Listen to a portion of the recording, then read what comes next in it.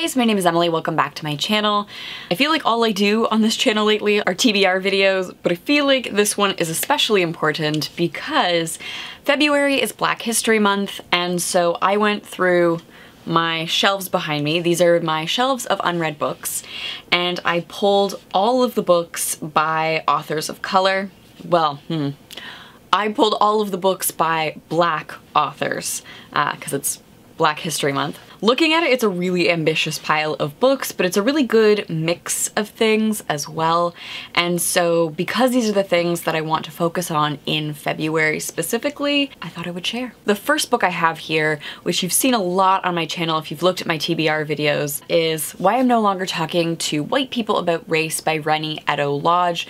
Now I am enjoying going through this slowly, which is why it has been on this TBR for as long as it has. It seems only appropriate to look at the effects of slavery on populations in the UK, but like you can extrapolate that to the States and Canada and any British colony really. During Black History Month, it makes sense to look at and think about these things. I'm gonna try and get distracted less by researching and work my way through this. So the next book I have here is coming out on the 5th of February, and that is Black Leopard, Red Wolf by Marlon James. So this is African folk and fairy stories, and it's like magical and fantasy and like very much literary fiction, and it's heavy, but it is really good. It's really rich. It's like a really, really delicious dessert or something. Like this is an absolute pleasure and a treat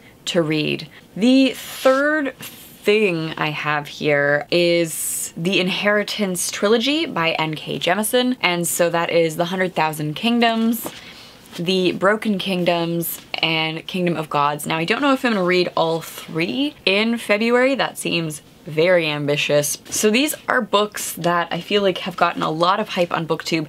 I don't 100% know what they're about. I just know that people love them. So, oh, my battery's dying. 2 seconds. N.K. Jemison, very excited to finally get to her. The next book I have here, I was sent by the publishers, so I received this for free as an Indigo employee in exchange for an honest review. The Stars Beneath Our Feet by David Barclay Moore. So this is a piece of middle grade fiction, and I honestly haven't really heard anyone talk about this. It all started with 2 garage bags full of Lego, or maybe it started with the 2 thugs following Lolly down 125th that night, or maybe it was Germain's dying, or that fight they had before Maine got shot. Yeah, probably it was that.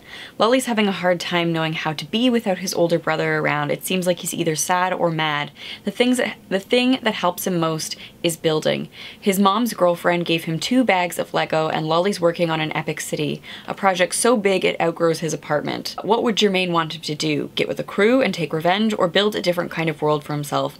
Lolly's going to have to figure this one out on his own. I don't know that I've seen a lot of middle grade like this. Mind you, I'm not particularly looking for it. My interest tends to be middle grade and YA fantasy, or like queer YA, so I'm excited to get to it. The next book I have here, I believe, is a piece of science fiction. I have read one other book by this author. It's called Salt Road by Nalo Hopkinson, and I didn't super like it. I read it for a course during my master's, and one of my cohort members, one of my class members, was like, oh my gosh, Nalo Hopkinson is amazing. You need to read her works. Like, maybe this one wasn't for you, but you need to check out The Midnight Robber. And I have heard, I think John Green also speak highly about this book. So Shelby, who recommended this from my master's program, is a big sci-fi fantasy lover, and she recommended this, so like it's coming from a place of being very well versed in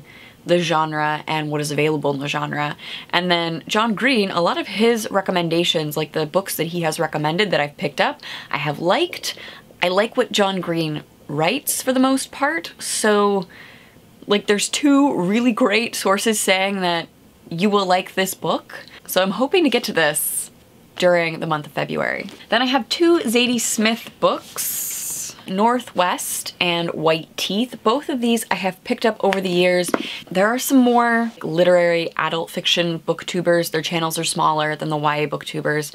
And I sort of dip in and out of those channels. I'll go through a phase where I'll just watch all of somebody who does that, like catch up with them again before I return to my light and fluffy YA stuff. And because of those channels, over the years, I have picked up both of these copies secondhand, and I think I also read one of her short stories in my undergrad, and I really liked her writing style, so very much anticipating Zadie Smith. I also have a poetry collection from Dionne Brand. Dionne Brand is Canadian. She wrote What We All Long For, which is a phenomenal piece of fiction. If you have not read it, it is absolutely gorgeous.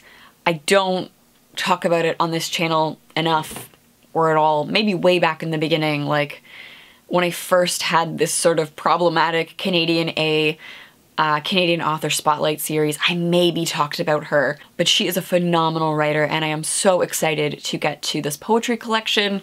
It will also be a really nice break from a lot of like the heavy books I have here, because a lot of these are just intimidatingly large. Like the page count is heavy, it's literary fiction. This is an incredibly ambitious TBR pile, so to have something little to like motivate myself and feel like I've accomplished something will be good. And the last book I have here is the sequel to Akata Witch by Nnedi Okorafor, which is Akata Warrior. The way Akata Witch was sold to me was Nigerian Harry Potter.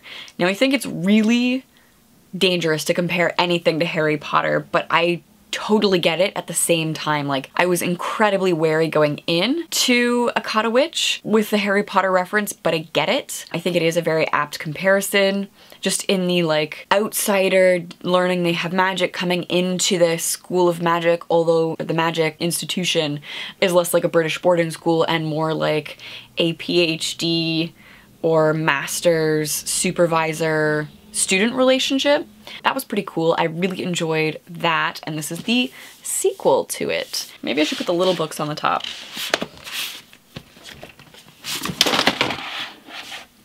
Don't worry, I'm just breaking things. It's fine, they're just electronics. So this is a stack of books for me to choose from throughout the month of February.